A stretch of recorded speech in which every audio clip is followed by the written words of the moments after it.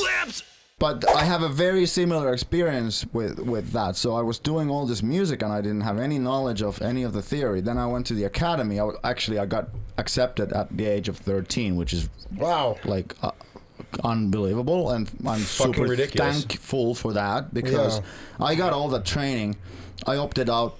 I opted not to try to graduate or anything like that because I was already like, as I told you, 15, I was already touring, 17, already producing. Yep. No need to graduate. But anyhow, it was crazy. The 2 years between the ages of 15 and 16 when I was really like, I was touring and studying at the same time. I got all the terminology within those 2 years and all the piano. Kari Ikonen was a great teacher. I got all the piano and the jazz knowledge that I needed. I mean, obviously, you can always get more. You always learn. But for that time, I got everything in pretty much those 2 years. And it was amazing. I was like, okay, well, I've been doing all this stuff for like 10 years with all these like, makeshift, home studio, like children's type of tools. And now I just got like the theory. I knew all these phenomena from before. And now I just got the names for them, and I'm ready to go. And it was like so smooth and awesome. It was pretty much the opposite of what you had, but similar in that sense that there was this long leading into this intense time where you kind of realize that this is it now. Yeah. It's so cool. Yeah. In my personal opinion, I think you can understand music without having quote unquote the theory background. I think 100%. I think the theory is mostly useful for communicating with other I was musicians. about to say you're on the money. That's exactly I don't what know, it is. but for me, understanding theory has enabled me to know where to go if I want to evoke a particular emotion. You do that with an ear. I would argue you do that with your ear. Yeah, totally. It's not. Sometimes my ear's not sufficient though. Sometimes I have to know. It seems that it is though. Okay. So hold on. So like, even if yours isn't, it can be helpful for people who don't have as innate of a gift necessarily, but there is a possibility for a person to know music, for lack of a better term, without knowing how to describe it with a English or Finnish language. You know what I mean? Dude, I mean, I remember the day I told you, we were talking about my friend Misha from Periphery. When I remember the day I told you that he doesn't know theory, and you were like, holy shit. Well, he doesn't have to know theory. I didn't know theory before. Like I said, before I went to the academy, and they taught me what my dad had, taught them most of the time. That's funny. So, it was, I was fine being alone at home doing my tracks, and they sounded great for somebody who was like, a preteen or a teenager, and I didn't need to be able to. I didn't need the theory because I was alone.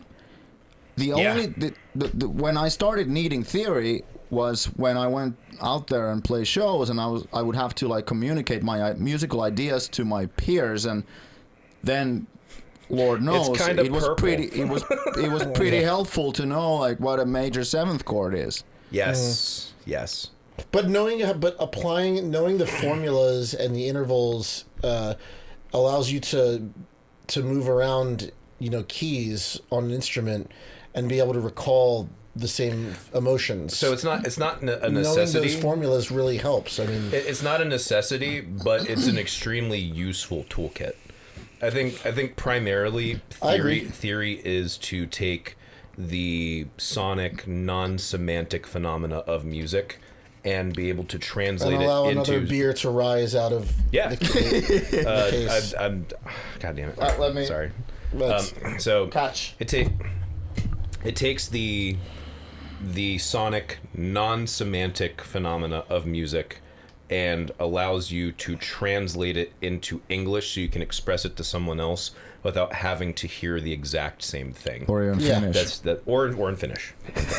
But also learning learning the vocabulary at the same time does teach you how how these principles and formulas work, for lack of a better term. Hear that? Yeah. That thing, do that. It's more elegant. It makes things quicker. Makes it more objective too. It enables professionalism. Yes, totally, absolutely. So like those are the things, but none of that replaces your ear. But none of that does that, and so that's, I think, theory and ear training, or solfege, or whatever you call that. It needs to be separated, because you can, and you have great examples of this, like in classical music. My favorite class was ear training. Hands down. Yeah. So, but you have, people like drawing these very theoretical, lines of music without even caring about how it sounds like. This, contemporary classical. I was gonna say like fucking 12-tone type of shit. All this stuff. Fuck that.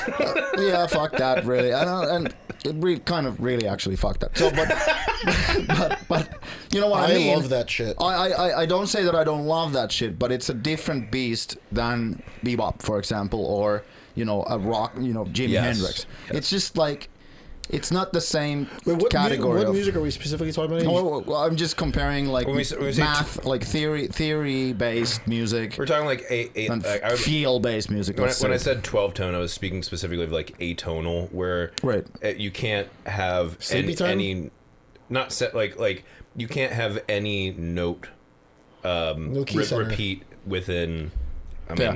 Rules. Arbitrary. You set some arbitrary framework and rules, and then you just mathematically follow them, and that's your music. That's fine. I don't have anything against it, but in my own personal life, fuck it. I'm not interested.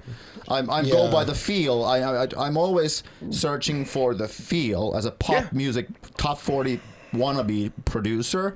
That's what I'm always. Don't degrade yourself as a person who's fucking good at music. Well, currently, I don't have a top 40 hit, so I'm a wannabe. So that's what I'm saying. Oh, come on. Yeah. No, but also it is like that. So he does want to be. He does have. That's not what I mean. I don't think top 40 producers have a monopoly or an oligopoly on fucking feel. I think there's a ton of people who understand. That's feel exactly what I'm not saying. Okay. But I mean, as coming from that world where entertainment, you want to reach people, you want to touch people's feelings and heart, your genitalia obviously as well. Absolutely. And other big part of it. Parts. Oh, yeah. That's. I come from there, and that in that realm, in that domain, these theoretical arbitrary structures don't have any place. That was a clip from the Awful Music Podcast. You can find the entire episode at the link in the description, and you can find us on Spotify and Apple Podcasts.